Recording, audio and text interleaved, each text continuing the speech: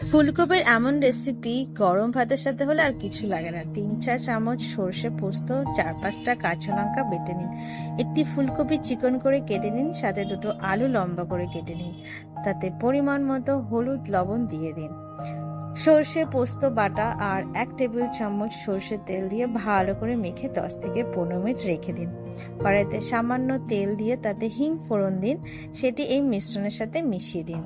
এবার কলাপাতা কড়াইতে দিয়ে দিন, তাতে ওই মিশ্রণটি দিয়ে দিন। সামান্য জল দিয়ে একটি টমেটো স্লাইস করে উপরে ছড়িয়ে দিন। 10 মিনিট অল্প আঁচে রান্না করুন। এক পিঠ ভাজা হয়ে গেলে উল্টে নিন। এবার কড়াইতে আরেকটি কলাপাতা দিয়ে তার মধ্যে মিশ্রণটি দিয়ে দিন। এবারে অল্প জল দিয়ে আরও 2-3 মিনিট রান্না করুন। হয়ে গেলে ধনেপাতা দিয়ে নামিয়ে নিন এবং ভগবানকে নিবেদন করে সকলকে সেই প্রসাদ পরিবেশন করুন। হরে কৃষ্ণ।